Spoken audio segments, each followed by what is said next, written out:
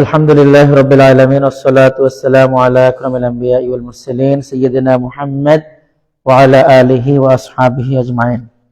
সম্মানিত উস্তাদগণ, আমরা যখন শিক্ষার্থীকে কোরআন শেখাবার কথা বলবো, সেক্ষেত্রে এই তথ্যটি বলবো, কোরআন শেখা আমাদের জন্য ফারজ। কোথায় পাবো কথাটি? 28 নম্বর সূরা, সূরার নাম সূরা কসস। কি নাম? কসস। সূরা কসসের 85 নম্বর আয়াতের মধ্যে আল্লাহ বলেছেন, ইন্নাল্লাযী ফারাদা আলাইকাল কুরআনা ইন্নাল্লাযী ফারাদা আলাইকাল কুরআনা লারাদ্দুকা ইলা মাআদ। সূরা কসস এর 85 নম্বর আয়াতে আল্লাহ বলছেন, আমি আল্লাহ শপথ করে বলছি। আল্লাহ মুহাম্মদ সাল্লাল্লাহু আলাইহি ওয়াসাল্লামকে শপথ করে বলছেন। এভাবে আল্লাহ অনেক কথা বলেছেন, যেমন 4 নম্বর সূরা আন-নিসার 65 নম্বর আয়াতে আল্লাহ বলেছেন, ফালা ওয়া রাব্বিকা লা ইউমিনুন। মুহাম্মদ সাল্লাল্লাহু আলাইহি ওয়াসাল্লাম, আমি আপনার রবের শপথ করে বলছি, আপনার উম্মাহ ততক্ষণ পর্যন্ত ঈমানদার নয়, হাত্তা ইউহাক্কিমুকা ফীমা শাজারা বাইনাহুম সুম্মা লা ইয়াজিদু ফী আনফুসিহিম হারাজাম মিম্মা কাদাইতা ওয়া ইউসাল্লিমু তাসলিমা। যতক্ষণ পর্যন্ত তারা তাদের মধ্যে বিবাদের, ঝগড়ার, মীমাংসার ফয়সালাকারী আপনাকে না মানবে, ফয়সালার বিচার আপনার না মানবে, এবং এই বিচার মীমাংসা যা দিয়েছেন তার উপরে সন্তুষ্ট না থাকবে, ততক্ষণ পর্যন্ত তারা মুমিন না। আমরা কি স্বাধীনতার 53 বছর পরেও আল্লাহর কোরআনের বিষয়ে এমন কোন সিদ্ধান্ত পৌঁছাতে পেরেছি? তার মানে কোরআনের সিদ্ধান্তটাকে আমরা রাসূলের সিদ্ধান্ত বলে মানতে পারি নাই, মেনে সন্তুষ্ট হই নাই, গ্রহণযোগ্য মনে হয় না, তার মানে আমরা মুমিন না। 4 নম্বর সূরার 65 নম্বর আয়াতের মেসেজ এমন। সেখানে আল্লাহ শপথ করেছেন, এখানে আল্লাহ শপথ করেছেন, ইন্নাল্লাযী ফারাদা আলাইকাল কুরআন, ওই সত্তার শপথ যিনি আপনার কাছে কোরআনকে ফরজ করে নাজিল করেছেন, লারাদ্দুকা ইলা মাআদ, অবশ্যই আল্লাহ আপনাকে এই মদিনা থেকে আবার মক্কায় ফিরিয়ে দেবেন, কিন্তু আপনি টেনশন করবেন না। তাহলে আয়াতের মূল মেসেজ নিতে চেয়েছি আমরা, ফারাদা আলাইকাল কুরআন, কোরআন যে ফরজ, কোথায় পাওয়া যাবে? 28 নম্বর সূরা 85 নম্বর আয়াত, সূরার নাম সূরা আল কসস। নবী এবং রাসূল প্রেরণের উদ্দেশ্য কি? পাওয়া যাবে 48 নম্বর সূরা ফাতাহ আয়াত নম্বর 28। প্লিজ একটু নোট ডাউন করলে আমাদের সামনে আপনারা যখন কথা বলবেন তখন সহজ হবে। আমরা কিন্তু শেষ দিকে আপনাদেরকে আবার এই জায়গায় কথা বলতে দেব, ডেমো ক্লাস দেখব, তখন আপনাদের আমরা ঠিক করে দেওয়ার চেষ্টা করবো যে এটা এমন বললে ভালো হয়, এমন করে উপস্থাপন করলে ভালো হয়, সে সময় যেন আপনারা সবচেয়ে ভালো করেন। আমরা লিখে ফেলেছি মনে হয় না? 28 নম্বর আয়াত, 48 নম্বর সূরা ফাতাহ আয়াত আছে 29টা। 28 নম্বর আয়াত আল্লাহ বলছেন, হুয়াল্লাযী আরসালা রাসূলাহু বিল হুদা ওয়া দীনিল হক লিইয়ুযহিরাহু আলাদ দীনি কুল্লিহি ওয়া কাফা বিল্লাহি শাহীদা। আমি দাওয়াতি কাজ করি কিনা সাক্ষ্য হিসাবে যথেষ্ট কে? আল্লাহ। কি দরকার আপনার বিষয়ে আমার মানে তাবেদারি করার? বরং আল্লাহ দেখছেন আপনি হাটাজারি পড়ছেন না দেওবন্দ পড়ছেন না ঢাকালিয়া পড়ছেন না কুষ্টিয়া না ঢাকা ভার্সিটি না দারুন নাজাত নাকি সরমনাই না টুমসর না সরসিনা নাকি জালকাটিয়ানেস, এটা আমার দরকার নেই। বরং ভাই, আপনি আপনার শিক্ষাগত যোগ্যতার সবটুকুন বিলিয়ে দিয়ে দাওয়াতি কাজ, আল্লাহর দ্বীনের কাজ কতটুকু করেছেন এ ব্যাপারে সাক্ষ্য কে? কাফা বিল্লাহি শাহীদা। এছাড়াও একটি আয়াত আল্লাহ তাআলা দুইবার একই রকম করে উপস্থাপন করেছেন। 3 নম্বর সূরার নাম হচ্ছে সূরা আলে ইমরান, 134 নম্বর আয়াত। 3 নম্বর সূরা 134 নম্বর আয়াত আল্লাহ সেখানে বলেছেন, লাকাদ মান্নাল্লাহু আলাল মুমিনিনা ইয বা'সা ফীহিম রাসূলাম মিনহুম ইয়াতলু আলাইহিম আয়াতিহি ওয়া ইউযাক্কিহিম ওয়া ইউআল্লিমুহুমুল কিতাবা ওয়াল হিকমাহ ওয়া ইন কানু মিন ক্বাবলু লাফী দালালিম মুবিন। 3 নম্বর সূরা আলে ইমরান আয়াত নম্বর 134 শুরু হয়েছে, লাকাদ মান্নাল্লাহ, আল্লাহ দয়া করেছেন, অনুগ্রহ করেছেন আমাদের প্রতি, আমাদের মধ্য থেকে আমাদের মতো করে হাঁটেন, কথা বলেন। মালে আদার রসুল ইয়াকুলুত তাআম ওয়া ইয়ামশি বিল আসওয়াক, কেমন রাসূল খায় এবং বাজারে যায়। তার মানে আমাদের মধ্য থেকে আল্লাহ প্রেরণ করেছেন এমন একজন রাসূল যিনি মানবীয় গুণাবলী যার মধ্যে আছে।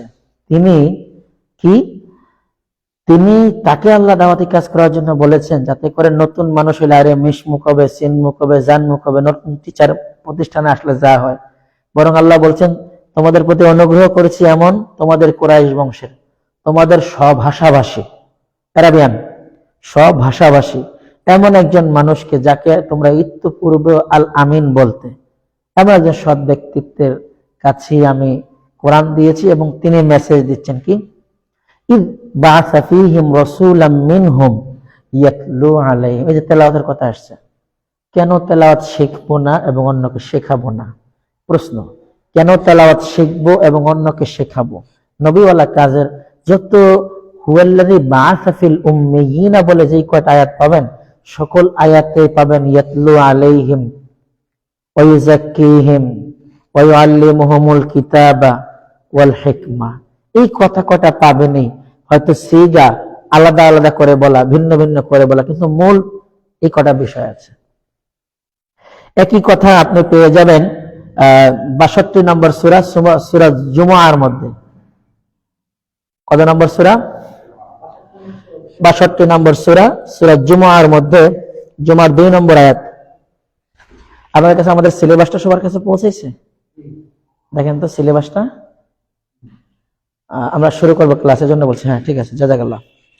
৬২ নম্বর সূরার ২ নম্বর আয়াত, সেখানে আসছে হুয়াল্লাযী বাআসা ফিল উম্মিয়িনা রাসূলা।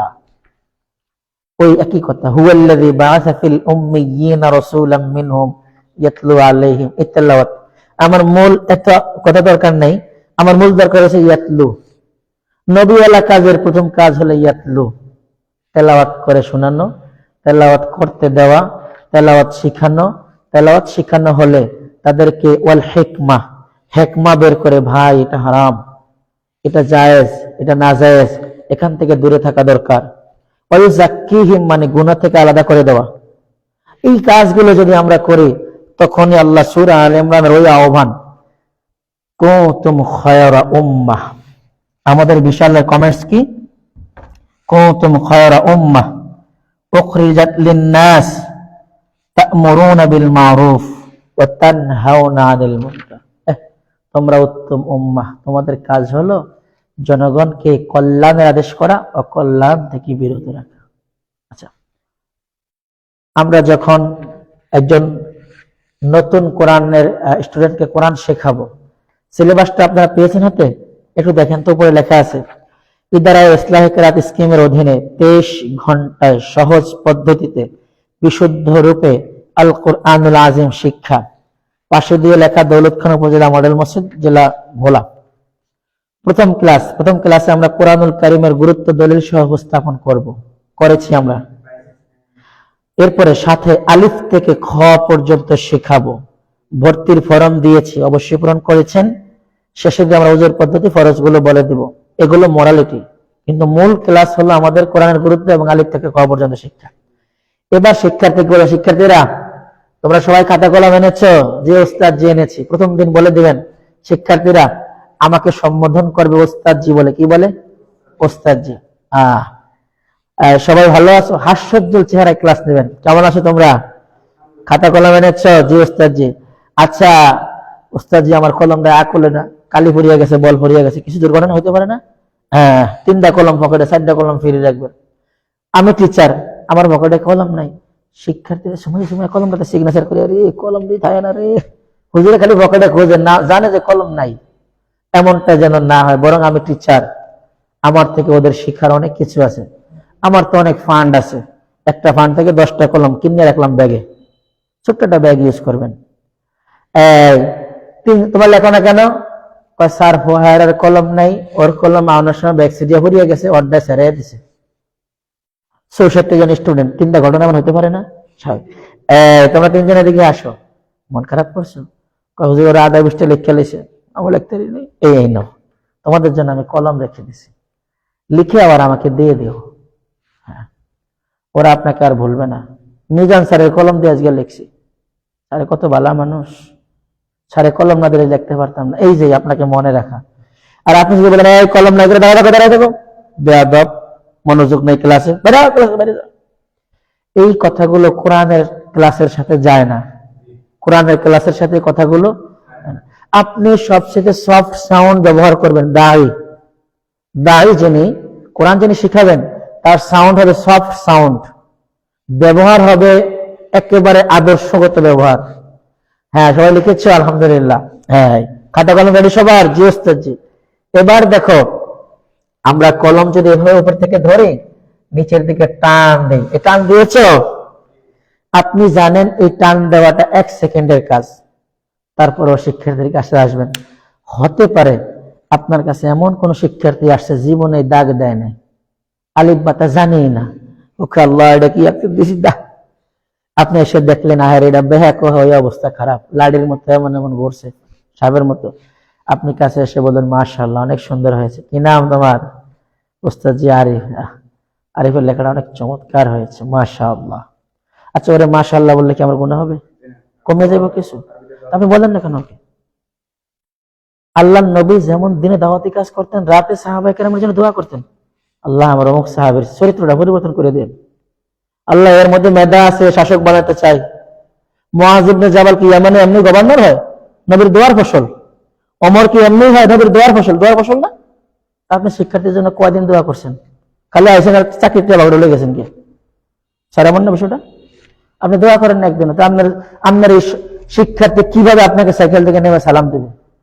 আপনার শিক্ষার্থী কিভাবে আপনার অসুস্থতা হাসপাতাল গিয়ে দেখা করবে? আপনি তো দেন নাই, বিশালের মধ্যে জমা রাখছেন।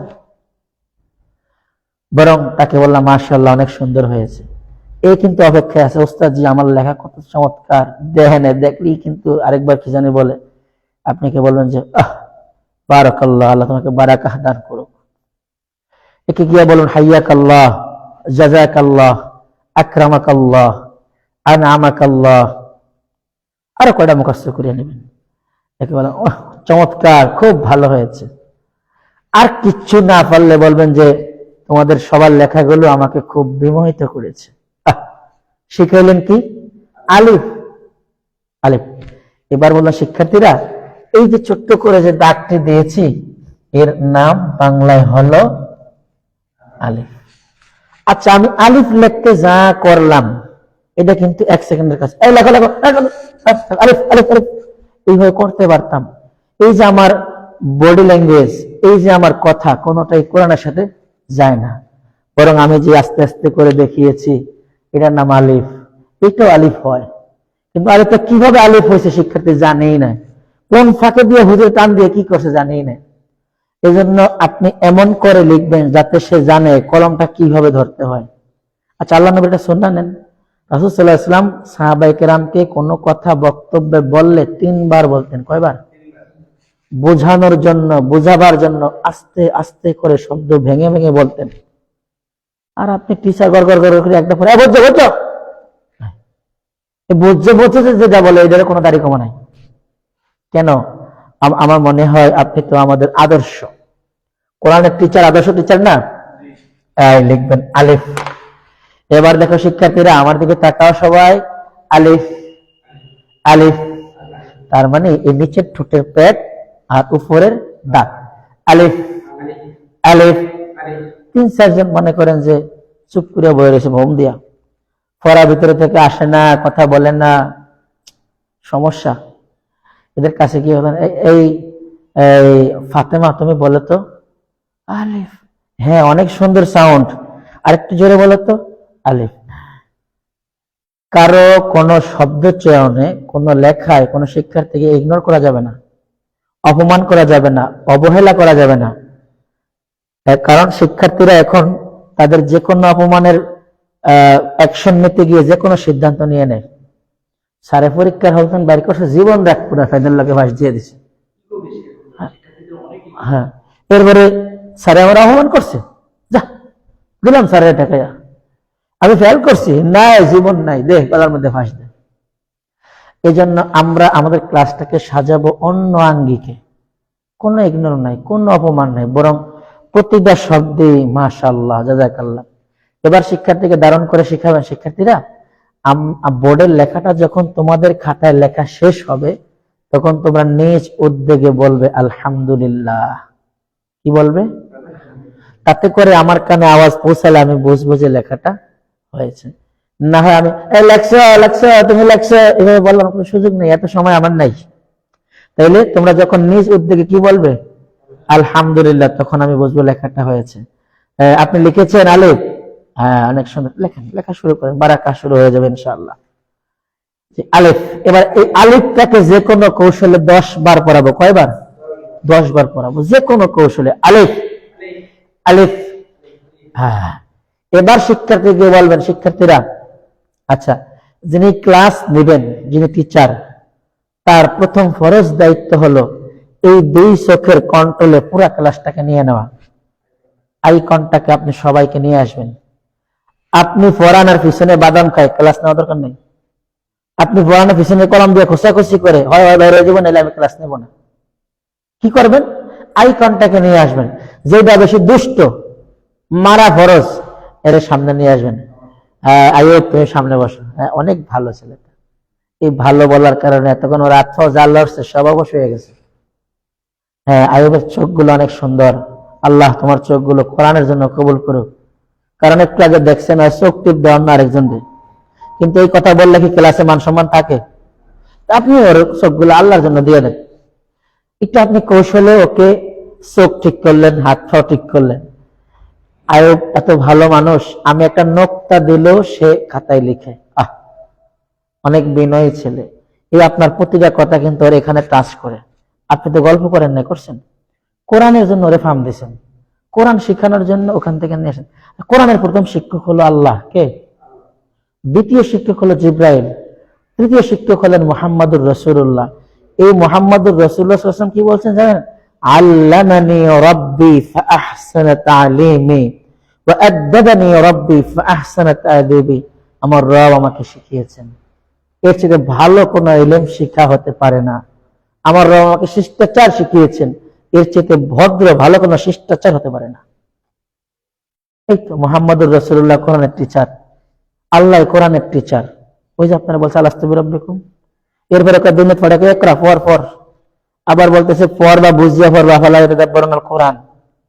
আবার জিজ্ঞাসা করবো কিন্তু কবরে গেছার একই কথা জিজ্ঞেস করে, তোমাকে যে এই লং টাইম রবের পড়া দিয়েছি, বলো তোমার রব্বুকা আলাস্তু বিরাব্বিকুম ইকরা বিসমি রাব্বিকাল্লাযী খলাক। মার রব্বুকা, রবের কি মিল আছে কিনা? রব কাকে বলে? তারবিয়াতু শাইই ইলা আসলি শাইইন ফাশাইআ। আচ্ছা, আমরা পড়ালাম আলিফ। এরপর শিক্ষার্থীকে বলে, শিক্ষার্থীরা আমরা একটা সরল রেখা টানছি, তোমরা দেখেছো যে ওস্তাদ জি? হ্যাঁ, এটার নাম সরল রেখা। এমন আরো 2টা সরল রেখা টানা যাবে? যে ওস্তাদ যাবে। মাশাআল্লাহ, অনেক চমৎকার হয়েছে রে। বেলালের সরল রেখাগুলো অনেক সুন্দর হয়েছে। আপনি ক্লাসে সব শিক্ষার্থীর নাম জানেন না, এটা আপনার অযোগ্যতা। আপনি একদিন নাম শুনবেন, তারপরে সবার নাম যেন বলতে পারেন, এই পরিমাণ মেধায় যেন কাজ করে। এজন্য আমরা করেছি কি, ফরম তৈরি করেছি, ফরমে ছবি অ্যাড করতে বলেছি। তো মনে নাও থাকতে পারে, স্যার আমি এটার নামে ফজল করিম। ঠিক আছে, ফজল করিম ওস্তাদ আমার নাম জানে, আমার নাম জানে। আমার কিন্তু দৌলত খাবারের দেখলে কোনো মাফ নাই, নাম কিন্তু জানে। এ শুধু ক্লাসে না, আপনার ক্লাসের বাইরে সদরঘাট দেখলো আসতে, ওস্তাদ জি আমি জি, আসো আমার সাথে আসো। এই নাম ধরে ডাকার মধ্যে একটা আসির আছে, অর্ধেক শয়তান সোজা হয়ে যান নাম ধরে ডাকলে। এই জন্য ওদের নামগুলো নেবেন। ওই যে রাসূল বলেছেন না, তুদআউনা ইয়াউমাল কিয়ামাতি বিআসমাইকুম ওয়া আসমাই আবাইকুম। এই আসমা কেন, এই আয়াতের ব্যাখ্যায় মুফাসসিরিন কিরাম তাফসীরে বাহরে মুহিতের মধ্যে আল্লামা আবু হাইয়ান লিখেছেন, ব্যক্তির নামের জীবনে তাসির জীবনে প্রভাব ফেলে। ফেরাউনের নাম এর তাসির তার জীবনে ফেলেছে, আর সুমাইয়ার নামের তাসির তার জীবনে প্রভাব পড়েছে। বেলালের নামের তাসির তার জীবনে প্রভাব পড়েছে। রং কেমন তেমন না, রং কেমন সেটা জানার বিষয় না, খাটানো লম্বা সেটাও না। তো তিনি বলেছেন ব্যক্তির নামের তাসিরের এফেক্ট জীবনে আছে, আর ব্যক্তির নাম ধরে ডাকলে তার ইগো নাড়াচাড়া অর্ধেক ঠিক হয়ে যায়। আমরা 3টা সরল বর্ণ এঁকেছি। শিক্ষার্থীরা, এই সরল বর্ণের 2 দিক থেকে যদি একটু টান করে দেওয়া যায়। আচ্ছা, প্রথমটা করেছি, পরের গুলো কি করা যাবে? জি ওস্তাদ জি, কি বলেন, একটা সহজ কাজ। কারণ ওরা জ্যামিতি পড়ছে না, ওরা মানচিত্র রাখছে না শিশুতে, নার্সারিতে। ওরা পারবে না, পারবো কি? একই বাচ্চা মানচিত্র আঁকতে পারে বাংলাদেশের, একই বাচ্চা বাংলাদেশের পতাকা আঁকতে পারে। ও কেন আলিফ বাতা লিখতে পারবে না? আমার প্রশ্ন, এটা আপনার প্রশ্ন হওয়া দরকার।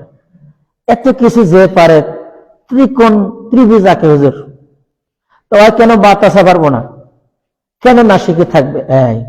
এবার শিক্ষার্থীরা, এখানে আমার নকটা দিব। এটার নাম হলো বা। কি নাম যেন? বা। খবরদার লেখার আগে, উচ্চারণ শেখানোর আগে কাউকে কোনো প্রশ্ন করবেন না। কি এই মনে করেন, বলবো শিক্ষার্থীরা এখানে 2টা নকটা দিলাম, এখন যদি প্রশ্ন এটার নাম কি, নাম কি, এই প্রশ্ন করার অধিকার আমার নেই। আপনি এমন দিনে নকটা দিয়ে বলুন, শিক্ষার্থীরা এর নাম হলো তা। কি নাম যেন? তা। তুমি কত নাম, কি নাম? প্রশ্নটা এমন না। আপনি বলবেন, বেলাল এটার নাম যেন কি? তা। আপনার প্রশ্নের ধরনে অর্ধেক মনে হয় আপনি বলে দিচ্ছেন। এই এই মাইমুনা, তুমি বলো তো দ্বিতীয়টার নাম যেন কি? ওস্তাদ জি তা। লিখেছো? জি ওস্তাদ জি লিখেছি, মাশাআল্লাহ।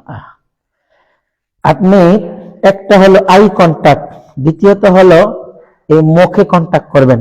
কাদেরকে? যারা অমনোযোগী, যারা একটু একটু কথা বলতে চায়, যারা নিজেরা বেশি ফারে ভাব, এগুলোর আপনার মুখে রাখবেন। আর যেগুলো ভদ্র তাদেরকে রাখবেন চোখে, ব্রেনে পুরো ক্লাস রাখবেন। আপনি এদিকে যখন ফিরবেন, এই বোর্ডটা হলো আপনার সামনের দিকে, আপনি যখন এইদিকে ফিরবেন কোনো কথা নাই, দেখবেন অনেক স্যারের অঙ্ক করায় পুরা বোর্ডে লেখার পর অ্যালেক্সা, এটা একটা ভুল, রং আইডিয়া। কি আমি 1 লেখলে এদিকে তাকাবো 1 লেখছে কিনা? আপনার উদ্দেশ্য কি সবাই অঙ্ক করে না? আপনি পুরাটা লেখার পরে লেখছো, ওর কলম নাই, ওর মনে ব্যথা, ওর খাতা ছিঁড়া, ওর খাতায় কাগজ নাই, একজনে 3 জনে খালি অঙ্কটা করছে। স্যারের ভিতরে আসা, আমার তো উদ্দেশ্য না করুক, পরে প্রাইভেট পড়বো। আপনার ক্লাসে কি প্রাইভেট পড়ার কোনো সুযোগ আছে? কোনো অপশনই রাখবেন না। কিছু প্রাইভেট ক্লাস একটাই, আমি গুরুত্বপূর্ণ লোক, আমার সময়ের দাম আছে না, ক্লাস একটাই করবো, আবার কোনো প্রাইভেট নাই। আলিফ লেখে ঘুরবেন, তোমরা সবাই লিখেছো, দেখি খাতাটা উঁচু করো।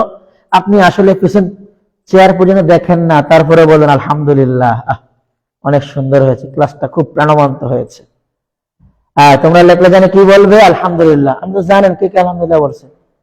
আমার কথা হলো এই বোর্ডের দিকে একটা 10 মিনিট মতো জুয়ে থাকার দরকার নেই, 3 মিনিটও না। এই আলিফ লেখছেন, আবার ঘুরে তাকাবেন, হ্যাঁ একটা নামই আলিফ, নাম কি? আলিফ। আর একটা নাম রাখছে মাই মিম, আলিফ আর মিম চলিয়ে গেছে, এখন বাদ আছে কি? বা তাসা হাজিম খ, এই নাম কিন্তু বদিশলে রাখিয়া লিব মানুষ, এই নাম করেও থাকবো না। আচ্ছা, আমি একটা ফোন রিসিভ করি। আসসালামু আলাইকুম। আসসালাম।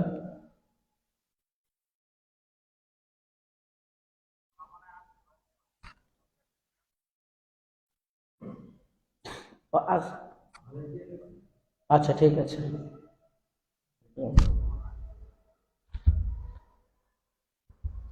আমি আরেকটা ফোন দিয়ে তারপরে আপনাদেরকে শুরু করবো ইনশাআল্লাহ।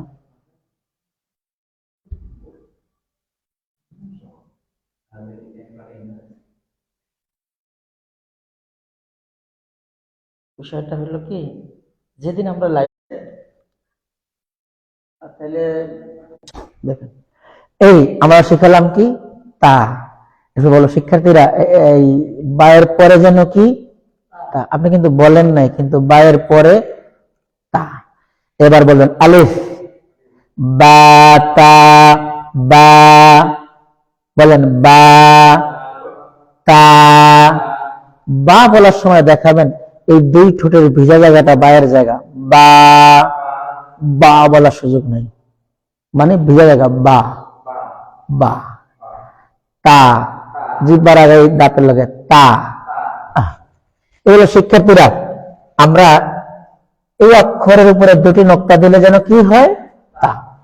আবার একটি নোক্তা দিলে একটি নতুন নাম হবে, এর নাম হলো সা। কি নাম? এই সা হলো নরম আওয়াজে। কি আওয়াজে? নরম আওয়াজে। এবার তোমরা পড়ো তো, বাতাসা। আচ্ছা, তাদেরকে যখন বলবেন কোরআন সহজ, ওই যে বলছেন ওয়ালাকাদ ইয়াসসারনাল কোরআনা লিযিকরি ফাহাল মিন মুদ্দাকির, তখন তাদেরকে বললো শিক্ষার্থীরা এই অক্ষরটির নাম যেন কি? খ। এটির নাম খ, এটির নাম এ বি সি। বলবেন কোনটার সাথে কি কোনটার কোনো মিল আছে? নাই। এরপর তাদেরকে বলবেন এই দেখো মহাগ্রন্থ আল কোরআনুল কারীমের অক্ষরগুলোতে অনেক মিল রয়েছে, শুধু নোক্তায় ব্যবধান। বডিটা দেখতে কাছাকাছি না? এই বডিগুলো দেখতে কাছাকাছি না? বলবেন যে 29 হরফ না, মাত্র 9টা অক্ষর শিখলে 29টা অক্ষর শেখা যায়। কয়টা অক্ষর শিখলে? 9টা অক্ষর শিখলে। এখন ওরা বললো 26টা হইলো ইংলিশে, বাংলা হইলো 50টা, আরো দাড়ি কমা কোলন সেমিকোলন মিললে আরো অনেক কিছু। আপনি তাদেরকে সহজ করার জন্য বলবেন যে এর চাইতে সহজ কোনো ভাষা নেই। আরেকটা ভাষা আছে, এটা পড়লে শুধু একফা গুন্নার মতো শোনা যায়, কিন্তু কিছুর মতো বোঝাই যায় না। এটা যে কেমনে বানাইছে এরা, এরপরে এরাই ভালো জানে। এটার নাম একটা ভাষা, চায়না ভাষা।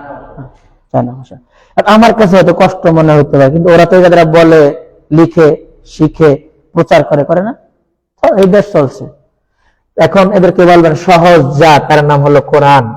সহজ যা, কোরআনের ভাষা। সহজ যে ভাষা, কোরআনের ভাষা। আমাদের আলিফ বা তা সা এটা প্রথম থেকে এই পর্যন্ত ঠিকই ছিল।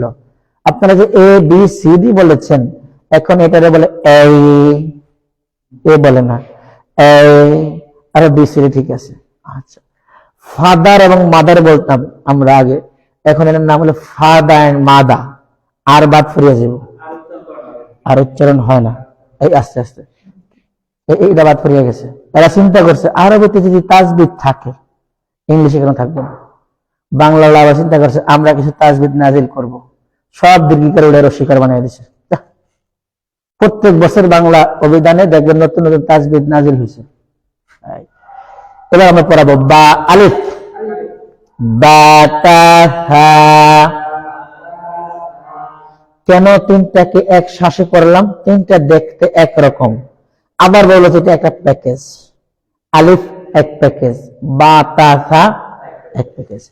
সায়ের নিচে লেখা নরম আওয়াজে, সফট সাউন্ডে সা। বলেন সবাই সা। সা। যদি দেখেন কেউ সা নরম করে আদায় করার পরেও আওয়াজটা মনে হয় ঝামেলা, তাকে বলবেন দুই দাঁতের মাঝখানে জিহ্বাটা রেখে একবারে বাতাস ছেড়ে দিবেন। এই যে সা সা, আসলে মাত্রা জিহ্বার আগার সাথে। কিন্তু যদি দেখেন যে না, সা এর শক্ত হয়, ফান খাইতে খাইতে, সুপারি খাইতে খাইতে জিহ্বারের রডের মতো বানিয়ে ফেলছে, দেখুন এটা দ্বারা কেমন করবেন? টেকনিকটা করতেই হবে। এই সা সা না সা সাতি। মাশাআল্লাহ, অনেক সুন্দর হয়েছে। এই আলিফ বা তা সা বা তা সা। মাশাআল্লাহ, আপনি যে কোনো ভাবে কয়বার পড়াবেন? 10 বার।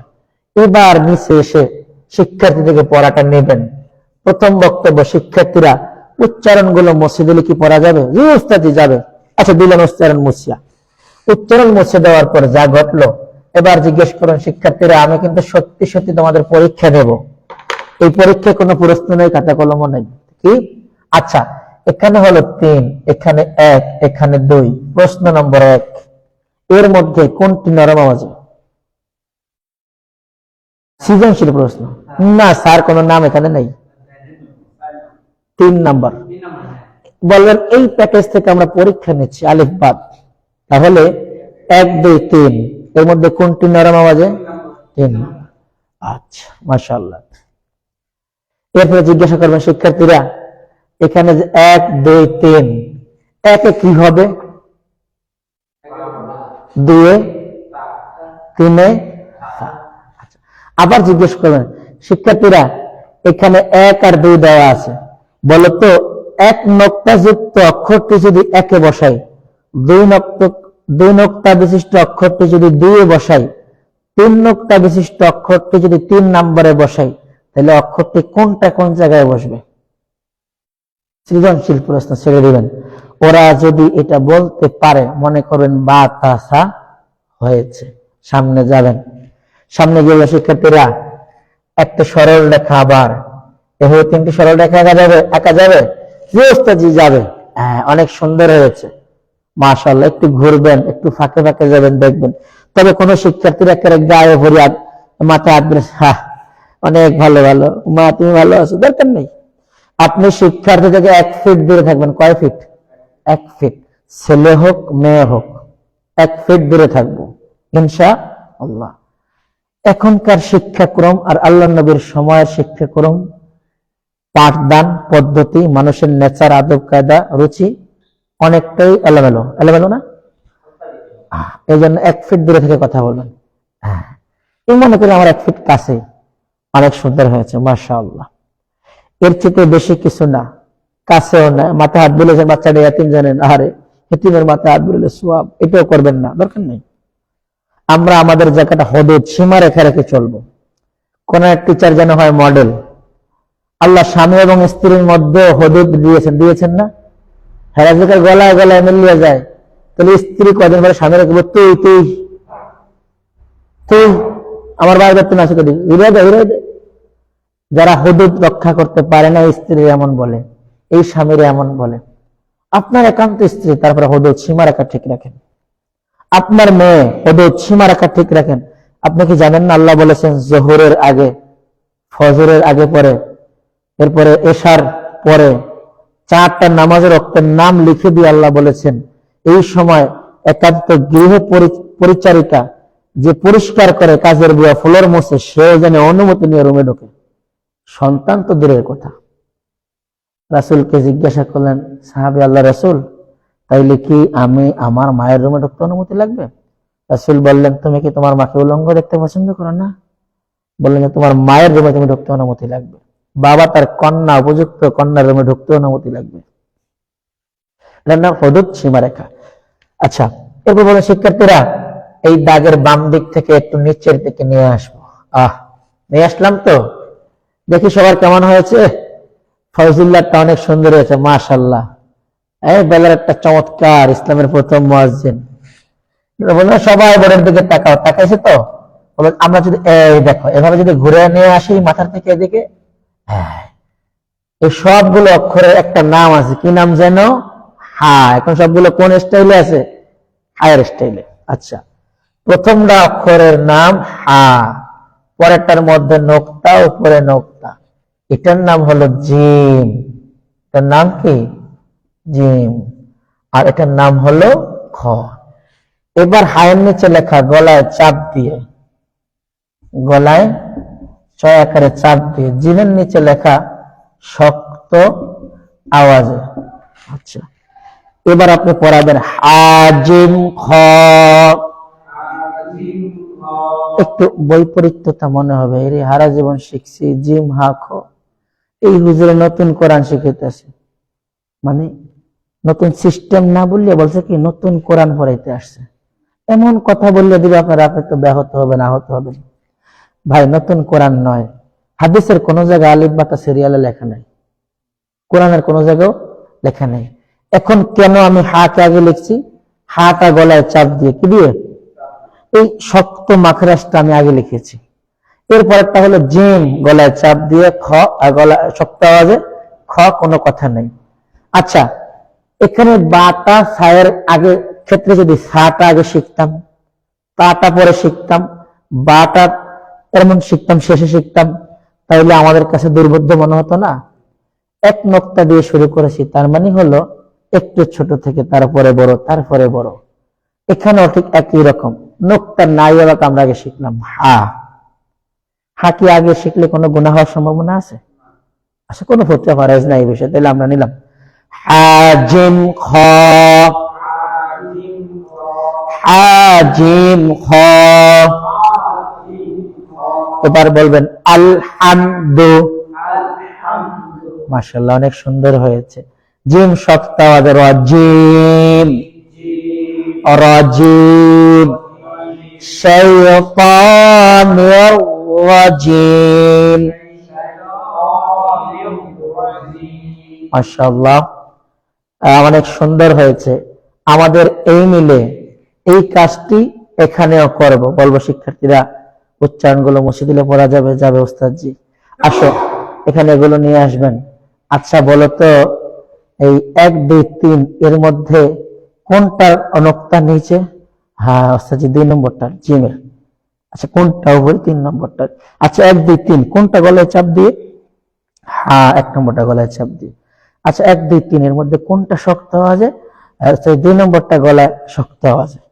এই যে তার থেকে আপনি পড়াগুলো নিলেন। এবার আমার বক্তব্য, এই যে বললাম হা গলায় চাপ দিয়ে, এটা কিন্তু মাখরাজ। এটা কি মাখরাজ? আবার জোর জবর ক্লাসে গিয়ে বলবো আত্মীয় অক্ষর এমন যা জবর হলো আকার হয় না, খরচ ওয়াইন কপ, এটা সিফাতের পড়া ইস্তেআলা। কিন্তু ভুলেও আমার পুরো ক্লাসে আপনি শুনবেন না এটা মাখরাজ, এটা সিফাত। আমি রিকশাওয়ালাকে মাখরাজ সিফাত বলে লাভ নাই, ব্যানওয়ালারে বলে লাভ নেই। আমার উদ্দেশ্য সে শুদ্ধ কোরআন পড়ুক, শুদ্ধ করে কোরআন তেলাওয়াত। সে সিফাত করা মাখরাজ করা জানে কোনো লাভ আছে? হ্যাঁ, যার জানা দরকার তিনি ইমাম, তিনি ট্রেনার, তিনি ওলামা, তিনি ওয়ারাসাতুল আম্বিয়া, তিনি তার জন্য যা পুঁজি দরকার তা নিজে শিখে নেবেন, অথবা ওস্তাদকে প্রশ্ন করে করে শিখে নেবেন। কিন্তু আমার এই প্রজেক্ট আমি বলেছি সহজ। এ 17 মাখরাজ পারে না, ব্যাতের ফিডা খেয়ে নুরানি ফেল করছে সেই ছাত্র আমার ক্লাসে। অতএব তারে মাখরাজের ভয় আমি আর দেখাইতে চাই না। সিফাত মনে রাখতে পারে না, সিফাতে লাজিমা, সিফাতে মুহাসসিনা, এই ফিডার বয়সে মক্তব ছাড়িয়ে দিছে। এখন সেই ছাত্র আমার ছাত্র, এই 80 বছর বয়সে আমি আর তার এই কথা শুনাইতে চাই না। তাহলে আমি চাই কি এই জিমটা একটু শক্ত আওয়াজ, রজিম উদাহরণ দিয়ে দেবেন। হাঁটা গলায় চাপ দিয়ে কোনটা জানেন? আলহামদ। ও এই হাঁটাই সেই হা, হাই এটা সেই হা। সা নরম আওয়াজে, কোন সা? ওই যে নাফা সাতি ফিল উকাদ। আচ্ছা, এইগুলো কিন্তু আমাদের সিলেবাসের আলোকে প্রথম ক্লাস শেষ। ভর্তি ফরম নিলাম, ওজের পদ্ধতি, ওজের ফরজগুলো। শিক্ষার্থীরা ওজের ফরজ 4টা। আল্লাহ কোরআনে বলেছেন ইযা কুমতুম ইলাস সালাহ ফাগসিলু উজুহাকুম, পুরো ফেস ধৌত করো, কানের লতি, উপরে চুলের গোড়া, থুতনির নিচ, দাড়ি ঘন ঘন থাকবে, দাড়িগুলো কিলাল করে নেওয়া, পানি ঢুকানো, এটা ফরজ। তারপরে ওয়াইদিয়াকুম ইলাল মারাফিক, উভয় হাতের কোণে সহ ধৌত করা, পানি পৌঁছে দেওয়া, হাড় চামড়াগুলোতে একটু পানি সফট করে দেওয়া। আমসাহু বিরুসিকুম, মাথা মাসে করা, উপরে গর্দান মাসে করা, মাথা মাসের অন্তর্ভুক্ত, উভয় পায়ের টাকনো সহ 4 ফরজ শেষ। বলবা ওযুর সুন্নাহ হলো ওযুর প্রথমে বিসমিল্লাহ বলা। নাওয়াইতু ওয়ান, এই নামে কোনো হাদিস, দোয়া হাদিসে নাই। তাহলে দোয়াটা কি আছে? বিসমিল্লাহ, শুধু কি আছে? বিসমিল্লাহ। ওযু শুরু করলাম। কোন কোন হাদিস বলছে আল্লাহর নবী আগে হাতে কবজি পর্যন্ত ধুয়ে নিতেন, পায়ের টাকনো সহ ধুয়ে নিতেন। যুক্তি কি? এখানে হাড় কিছু চামড়া আছে, এগুলো যেন সফট হয়, নরম হয়, ওযু শেষে যেন পানি আসলেই পৌঁছায় যায়। আচ্ছা, এরপরে কবজি সহ ধুয়ে 3 বার ধুতে করে কুলি করতেন 3 বার, সুন্নাহ। মেসওয়াক করতেন, সুন্নাহ। রমাদান সারা গড়গড়া করতেন, সুন্নাহ। নাকি পানি দিতেন, আবার পানি খিলাল করে নাকি পানি ফেলে দিতেন, সুন্নাহ। 3 বার করতেন, সুন্নাহ। মুখ ধোয়ার ক্ষেত্রে 3 বার ধোয়া সুন্নাহ, 1 বার ধোয়া ফরজ। কেউ যদি ইচ্ছা করে 3 বারের জায়গায় 2 বার ধোয়, ওযু মাকরুহ হবে। ইচ্ছা করে সে সুন্নাহ অ্যাভয়েড করেছে। আবার যদি কেউ ইচ্ছা করে 4 বার করে, মাকরুহ হবে। ইচ্ছা করে সুন্নাহ অ্যাভয়েড করেছে। ভুল হয়ে গেল, আল্লাহ ক্ষমা করবেন। ভুলে রোজার দিন 1 প্লেট ভাত খেলে রোজা যাবে? ভুলে খেয়েছে, কিন্তু ভুলে বিষ খেলে মারা যাব, এটা মনে রাখতে হবে। মানে কন্টিনিউ ভুল করে যাইব না। হুজুর ফজরটা 20 পাই না, 4টার সময় পড়তে হবে প্রতিদিন, এই জন্য মাসালা কিন্তু ভিন্ন। আর যে প্রতিদিন ফজর পড়ে, একদিন কিন্তু উদ্দেশ্য পায় না, টের পায় না। এর জন্য মাসালা হলে যখন হবে তখনই ওয়াক্তে, তখনই নামাজ পড়ে নেব। যার প্রতিদিন 7টা বাজে, এর জন্য বলতে হইব ভুলে বিষ খেলে কিন্তু মারা যায়, নাইলে সতর্ক হবে না। আচ্ছা, এরপরে মাথা মাসের ক্ষেত্রে, মাথা মাসে করার কথা বলছে কতটুকু, সেটা তো হাদিসে বলছে, কোরআনে কি বলছে? এখন আমি পুরা মাথা মাসে করতেছি। এই 3 আঙ্গুলের কাজই পিছনে আনলাম, হাতের পাটের কাজই সামনে আনলাম, এই 2 আঙ্গুলের কাজ, এটার কাজ ভিতরে, হাতের পিঠের কাজ এই দিলাম। উভয় পা ধোয়া, আঙ্গুল লাল করা সুন্নাহ, ধোয়ার ক্ষেত্রে ভালো করে ধোয়া সুন্নাহ। ওযুর শেষে আকাশের দিকে তাকিয়ে বলা আশহাদু আল্লা ইলাহা ইল্লাল্লাহু ওয়াহদাহু লা শারীকা লাহু ওয়া আশহাদু আন্না মুহাম্মাদান আবদুহু ওয়া রাসূলুহু। এখন আঙ্গুল দিয়ে ইশারা করা লাগবে কি লাগবে না এটা নিয়ে একটা লাভ করার দরকার নেই। বলে ছাদই দেখা যায়, আকাশ দেখা যায় না, আকাশ দেখার জন্য এমন উপরে কাটতে শিখতে করার দরকার নেই। ছাদটাকে মনে করবে এটা আকাশ, সরিয়ে ফেলার অসুবিধা কি? আচ্ছা, একটা লাভ বাদ দিয়ে এখন আমরা ওযুর শেষে আর কোন দোয়া আছে কিনা? আরেকটা দোয়া এমন আছে, এটা পড়ে নিলে তাওবার কাজে হবে। আল্লাহুম্মা জাআলনি মিনাত তাওয়াবিন ওয়া জাআলনি মিনাল মুতাতাহহিরিন ওয়া জাআলনি মিনাল ইবাদিকাস সালিহিন। হতে পারে, না পড়লে কোনো গুনাহ নেই। ওযু শেষ করলাম। আচ্ছা, ওযু কি ভাঙে? কয় আমি ফজরের ওযু দিয়ে আশা করি, এটা কোনো ফজিলত নেই, কোনো বুজুর্গিও নেই। বরং আল্লাহর নবী বলেছেন প্রত্যেক ফরজ নামাজের আগে নতুন করে ওযু করলে প্রত্যেক নামাজে আল্লাহ 10 গুণ সওয়াব বেশি দান করবেন। মেসওয়াক করে পড়লে 70 গুণ সওয়াব বেশি দান করবেন। তা আপনি কি ফজিলত শুনলেন? জোহরের ওযু দিয়ে আমি আশা করি বাতিজা ফের পাওয়ার এটা ইগো। আপনি সালাকি করতে কইছে কি? আপনি জোহরে ওযু করবেন, আসরে ওযু করবেন, মাগরিবে করবেন, এশাও করবেন, নতুন ওযু করার অবস্থা 10 গুণ সওয়াব বেশি। হ্যাঁ, ডাক্তার যদি আপনাকে বলে পানি লাগালে জীবন মৃত্যু সন্ধিক্ষণে পৌঁছাতে পারেন, আপনার হাঁপানি বেড়ে যেতে পারে, অক্সিজেন শর্ট হতে পারে, মারা যেতে পারেন, তাহলে আপনি তায়াম্মুম করেন। তাও এক তায়াম্মুম দিয়ে কয়দিন চলবেন? এক তায়াম্মুম দিয়ে এক ফরজ নামাজ আদায় করবেন। এক তায়াম্মুম দিয়ে সারাদিন নামাজ পড়ার কোনো সুযোগ নাই। ওই সাহাবী পানি পায় না, জন্য চিন্তা করছে যে মাটির মধ্যে গড়াগড়ি দিয়ে নি, তাহলে গোসল হয়ে যাব। না, তায়াম্মুম সেরে গেছে, পানি পাওয়া গেলে তিনি গোসল করে নেবেন। বুঝা গেল? আচ্ছা, শিক্ষার্থীদেরকে এই ছোট ছোট বিষয়গুলো বলেন শিক্ষার্থীরা, এই ওযুর ফরজ তো বললাম, ওযু কি ছুটে ভেঙে যায়? জি ওস্তাদ যায়, ওই যে নুরানি পড়ছে সুরে সুরে, এই পড়াটা মনে আছে সুরে সুরে পড়ানোর কারণে। সুরে সুরে যদি না পড়ে তো মনে থাকতো না। আচ্ছা, কি? মুখ ভরিয়া বমি করা, তারপরে কি প্রস্রাব বা পায়খানা রাস্তা দিয়ে কোনো কিছু বাইর হওয়া, এরকম ডট ডট বলি আপনি ওযু ভঙ্গের কারণ 60টি বলে দেবেন। ওযু কিন্তু ভেঙে যায়, মনে থাকবে। চিত বাঘ খাইতে হেলান দিয়ে ঘুমাইলে কিন্তু ওযু চলিয়া যায়। এবার বলে দিলে দিয়ে মোটামুটি আজকের মতো ক্লাস শেষ করলাম। আবার তোমাদের সাথে দেখা হবে। আল্লাহ তোমাদের সে পর্যন্ত ভালো রাখুন, সুস্থ রাখুন। ফিনিশ, ক্লাস শেষ। তৃতীয় ক্লাস আবার আসলেন। শিক্ষার্থীরা কেমন আছে? প্রথম টিচার সালাম দিবে না শিক্ষার্থী দিবে? টিচার সালাম দিবে। আসে বলেন আসসালামু আলাইকুম ওয়া রাহমাতুল্লাহ। নিজে চিন্তা করেন, সালাম দিল না, আজকে দাঁড়াইল না, বিয়াদ্দ ফলাফল। এই কথা বলার কোনো সুযোগ নাই। আল্লাহর নবী আগে সালাম দিতেন। আমাদের আয়েশা বলছে আমি ওয়াইফ মাঝে মাঝে চিন্তা করতাম আজকে যে কোনো ভাবে আগে সালাম দেব, কিন্তু তিনি বলতেন আমি ফেল পারিনি। বাচ্চারা মসজিদুন নববীর আশেপাশে ঘুরঘুর করতেন, আজকে নবীরে যে কোনো ভাবে দেখলে আগে একটা সালাম দেব, কিন্তু পারতেন না। আগে সালাম দিতেন। এতে কি টিচার সালাম দেশ না, সালাম শিখে শিখায় না। বরং আপনি এমন করেন, ইউসুফ মন খারাপ, আসসালামু আলাইকুম, ভালো আছো? হয়তো লজ্জা পাইয়া স্যার বলে গেছে আসসালামু আলাইকুম স্যার, অন্যদিকে মন ছিল। আমি বেদব বললে কি ক্লাসে থাকবো? ক্লাসে বসে থাকবো, কিন্তু মন থাকবো বাড়ি। আমি কইছি যে স্যারের ক্লাস করবো না, আমার এনে ভর্তি করে যা। এই মাদ্রাসায় তালাক দিলাম, নুরানিও ছাড়ছে, মাদ্রাসাও ছাড়ছে, মক্তবও ছাড়ছে, প্রাইমারিও শেষ, আমাদের স্কুলে ভর্তি হয়েছে। কেন জানেন? স্নেহের অভাবে, ভালোবাসার অভাবে। আল্লাহ বাবা মাকে খেদমত করতে বলেছেন। ওই সূরা বানী ইসরাঈলের আয়াত আল্লাহ কি বলেছেন জানেন? ওয়াখফিদ লাহুমা জানাহায যুল্লি মিনার রাহমাহ। প্রথম আল্লাহ আদেশ করেছেন ওয়াকদা, ফয়সালা করে দিলাম, ফরজ করে দিলাম, আল্লাহ তা'বুদু ইল্লা ইয়্যাহ ওয়া বিল ওয়ালিদাইনি ইহসানা। একটু পরে বলেছেন ইম্মা ইয়াবলুগান্না, একটু বয়স বেশি পৌঁছাইলে, ইনদাকাল কিবার আহাদুহুমা ওয়া রাজুন আও কিলাহুমা, যদি দুজনই থাকে বিরক্তি মনে করিও না। স্ত্রীকে দাও মারে, তুমি বাবারে নাও, বাচ্চা করে চলো, ম্যানেজ করে নাও। এই তো দুজন অথবা একজন।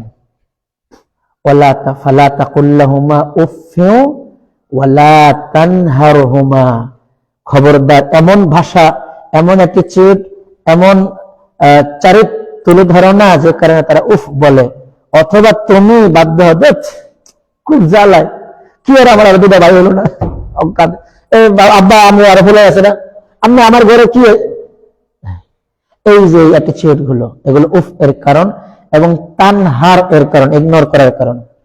আল্লাহ শেষে বলেছেন ওয়াকুল লাহুমা, তাদের উভয়ের সাথে কথা বলে এমন কওলান, এমন কথা, কারীমা, সম্মানজনক কথা। শেষে দিয়ে আল্লাহ বলেছেন অনেক তো খেদমত করছো, বাবার প্রস্রাবটা ফেলে দাও, ওয়াশরুম পরিষ্কার করো, বাবার বৃদ্ধ বয়সে টিস্যু দিয়ে বাথরুম পরিষ্কার করে দাও, খাওয়াইয়া দাও, উজু করাইয়া দাও, আহারে প্যারালাইজড হয়েছে। হ্যাঁ, আল্লাহ শেষে দিয়ে এখন আগের যে ফরজ আছে না, ফরজটাকে কোমল করে সফট করে তুলে ধরেছেন। ওয়াখফিদ লাহুমা জানাহুল, জানাহুন বলা হয় যে কোমলতা। হাদিস তাফসিরে আসছে এই এখানের কবজি থেকে শুরু করে এই বুক পর্যন্ত, বুকের অর্ধেক পর্যন্ত হলো বাম বাহুর কোমলতা, আর এই কবজির এখান থেকে বুকের এই পর্যন্ত ডান বাহুর কোমলতা।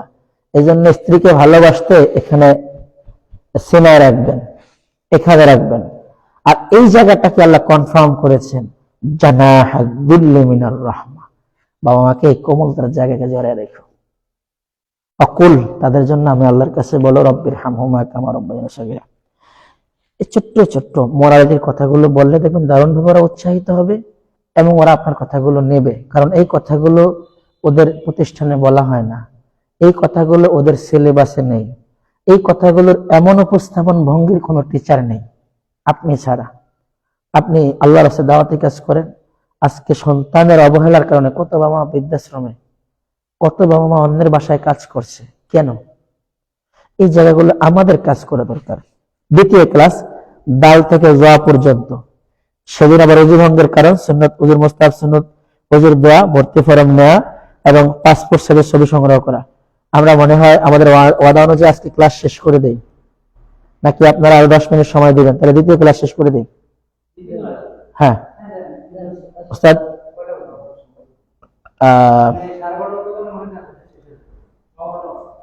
আপনারা সবাই মিলে বললে আমি যাক।